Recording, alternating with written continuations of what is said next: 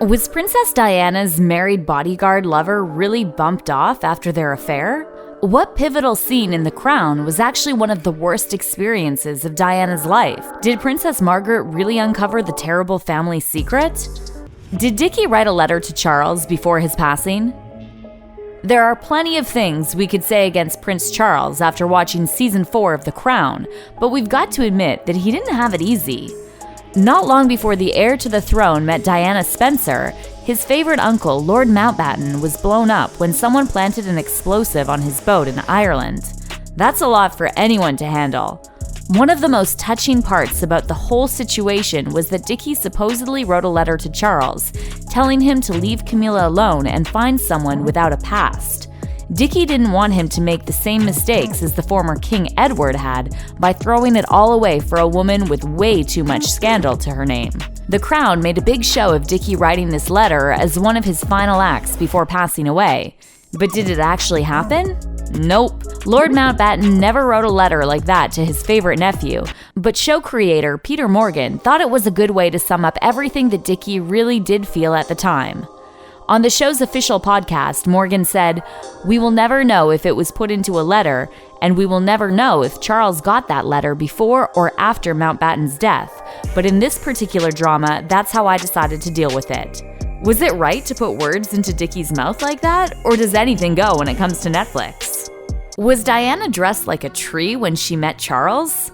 When Charles and Diana first met in the series, Diana is still just a kid, and she's dressed up as a tree. It's not exactly how you'd think a prince would meet his future princess, is it? For the purpose of the show, the scene works, and it's quite cute to see the two flirt with each other from behind a plant pot or two.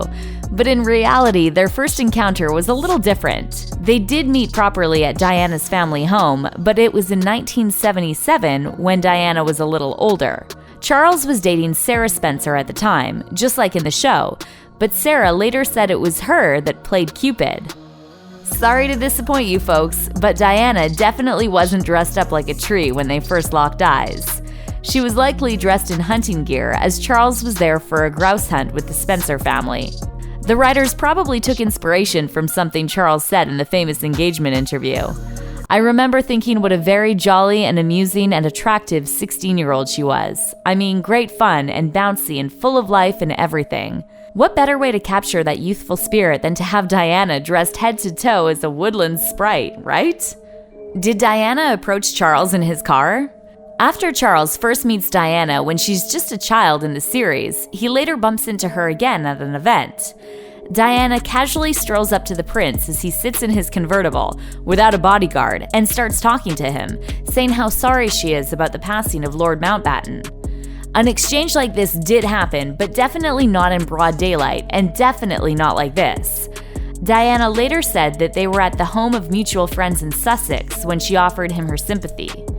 Charles's reaction? Well, it was a little bit less than gentlemanly.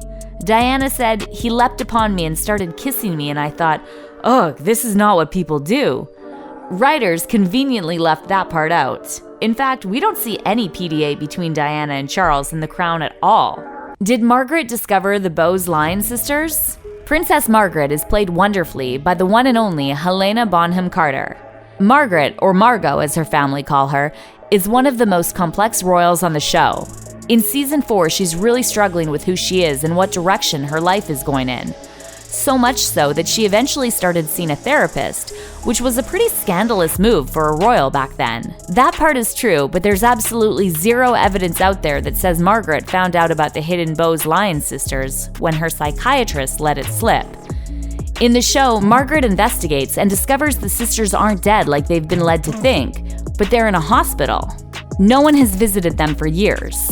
To say Margaret is furious is an understatement, but no one knows how the Queen or Margaret reacted to the information in real life. The Crown also leaves out one pivotal piece of information.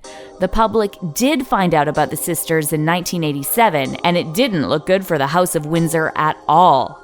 People couldn't believe the royal family would do that to two of their own, but it happened. The sisters stayed at the Royal Earlswood Institution right up until they passed away. Did Margaret Thatcher's son go missing? Margaret Thatcher is a controversial figure in British politics, but she's also iconic, so it makes total sense that writers would make her a major part of season 4. In one episode, her son Mark goes missing while taking part in a race from Paris to Dakar in 1982. It's the kind of thing that would be the perfect addition to any story, so it's easy to think it's made up, but it isn't. Mark really did go missing for several days before eventually reappearing. Writers tied Mark's disappearance together with Margaret getting the country ready for the Falklands War, and that's where things go a little bit off course. These two events weren't as close together in real life, but it was a good way for the series to show two sides of Maggie Thatcher. On one hand, she's a war-ready prime minister ready to kick butt and take names, and on the other, she's a tearful mom worried about her son. Did Margaret really cry in front of the Queen? We honestly can't imagine the Iron Lady would ever let herself get that emotional in front of Her Majesty, but who knows? Was Diana's affair with James HEWITT serious? We've seen some pretty serious moments in history unravel over the course of the past 3 seasons, but season 4 packs a whole new punch. Charles is trapped in a loveless marriage, while Diana becomes an unhappy mom of 2 desperate to be accepted. It's a nightmare from start to finish. Episode 9, Avalanche, finally touches upon Diana's affair with James HEWITT. Princess Anne lets dear old Lilibet know that their daughter-in-law is looking for affection elsewhere, and we see Diana tell her therapist that she's called off the romance and wants to focus on her marriage. While it's important that Diana's relationship with James was mentioned, the show really doesn't give it the time it deserves. James and Diana had a 5-year-long passionate affair that started in 1986, with Diana later saying that she was head over heels in love with him, but she was terribly let down.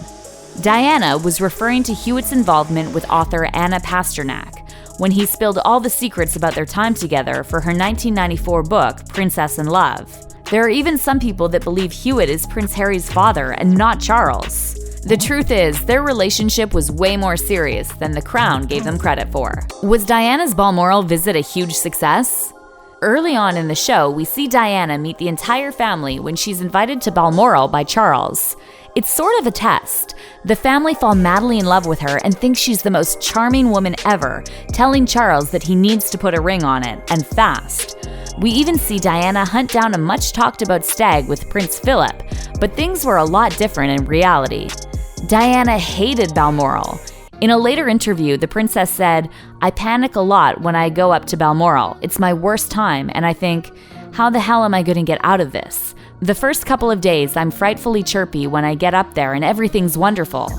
By the 3rd day, they're sapping me again. There are so many negative atmospheres. That house sucks one dry." What's more, Princess Anne didn't like Diana and thought she was too much of a show-off, while the Queen Mother often stared at her as if she were pitying her, according to the princess. Did Diana have an affair with her bodyguard? In episode 9, not only does Princess Anne mention James HEWITT, but she also hints that Diana has got a little too cozy with her married bodyguard. Not much time is spent talking about that aspect of Diana's life, but it's true. In reality, she was super close to her personal protection officer, Barry Mannicky. Mannicky started working for the princess in 1985, but by the following year, the palace had realized what was going on and transferred Mannicky to another position. That's not where the story ended. In 1987, Mannicky was involved in a fatal motorcycle accident. Diana later told her voice coach that losing Barry was the biggest blow of my life. I was only happy when he was around. Diana also had a really scary theory. She believed that the accident may not have been an accident at all, saying Barry could have been bumped off. "I should never have played with fire, and I did, and I got very burnt." There's no evidence to suggest Diana was right, but it's something to think about. Was the Commonwealth tour that awful? Charles and Diana's tour of the Commonwealth is a big part of the season because it shows just how doomed their marriage was, even after they had William. Diana was still really young at the time. She had just turned 21, so she was struggling to cope with a lot of things. The Crown does manage to show all of that, but there's one vital scene that writers didn't include. When they went to visit the Royal Opera House in March, Diana burst into tears and continued to sob for a full 2 minutes. This isn't something that royals do. Ever.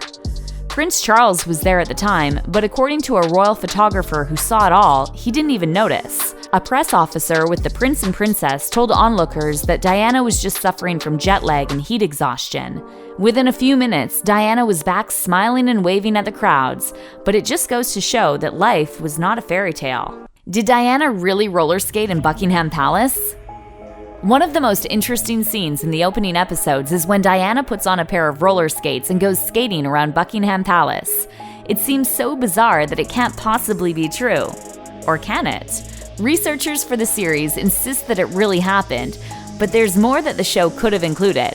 According to them, Diana also cycled through the palace too. Although we don't know where they got that info from, so there's still a tiny possibility that someone out there is playing a huge prank. What did you think of season 4? Did the show get most of the facts right, or would you like to have seen more? Let us know in the comments. Thanks for watching.